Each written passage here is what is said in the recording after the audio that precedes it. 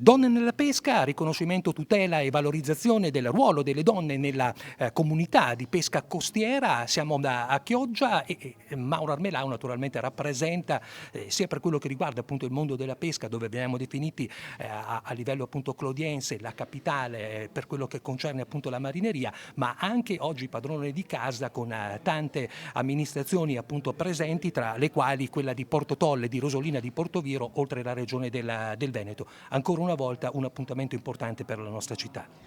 Un appuntamento importantissimo, veramente una giornata importante che va a valorizzare proprio il lavoro delle donne nel mondo della pesca. Poi con altri tre sindaci abbiamo già un'alleanza di fatto, no, tra di noi, di collaborare quanto più possibile per sviluppare la parte sud, ecco, del Veneto, della costa sud del Veneto, e quindi ripeto, Chioggia ancora protagonista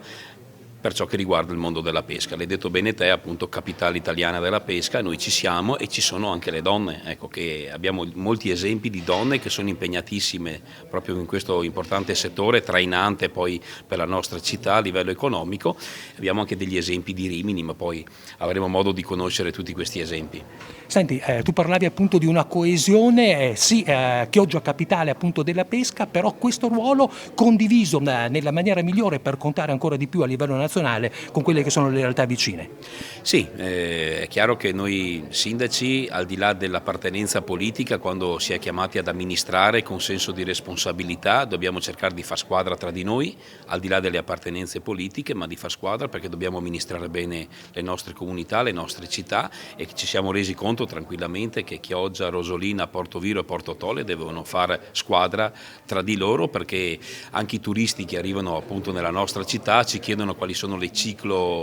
cicloturismo, no? Quali sono le piste ciclabili, e stiamo lavorando in maniera concreta anche per collegare appunto Chioggia verso il delta del Po. Ecco, avremo delle buone novità anche andando avanti, ma ci stiamo muovendo in questa direzione, e poi dobbiamo far squadra anche per il periodo estivo,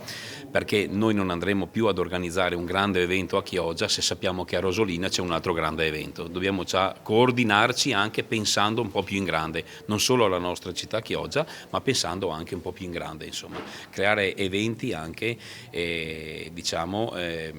coordinandoci anche con gli altri comuni. Sicuramente saranno tante le occasioni per augurarci un buon Natale e un buon 2023. In questo caso cosa augurare da parte del primo cittadino al mondo della pesca in generale?